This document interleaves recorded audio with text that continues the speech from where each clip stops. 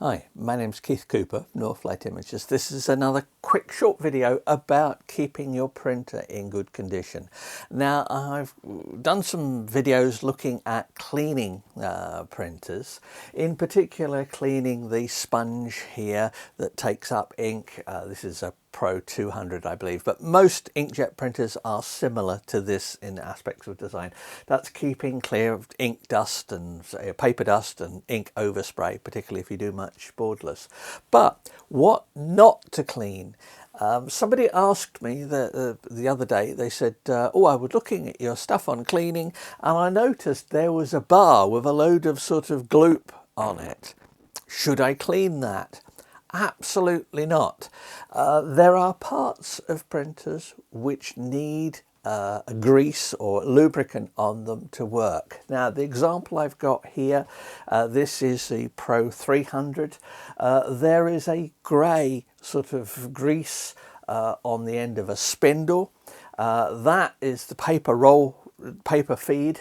That is lubricated for life. You should never normally need to touch that. It may over the course of time build up some paper dust residue or anything. Leave it be. It's designed to be there.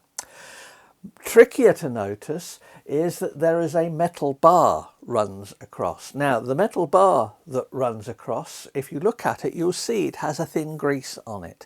Leave that grease be. That is where the head goes back and it sort of goes against that. There's a roller and that keeps the head alignment.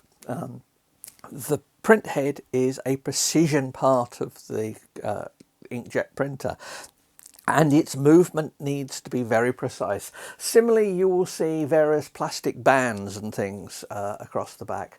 Don't touch those either. On an Epson 8550, you can see there is a bar where the actual print head itself rests on and goes across. Anything like that which looks to have been lubricated should stay lubricated. So there you go, just a very quick simple update about a bit of your printer not to clean. So these bits that have been greased, leave them greased. Even if they pick up a little bit of dust on it, it's designed to do that. And for those interested in other things, you may notice I have two Fuji GFX 100Ss here. This is a 100S Mark II. I'm going to see if there's any real difference for my type of work between them.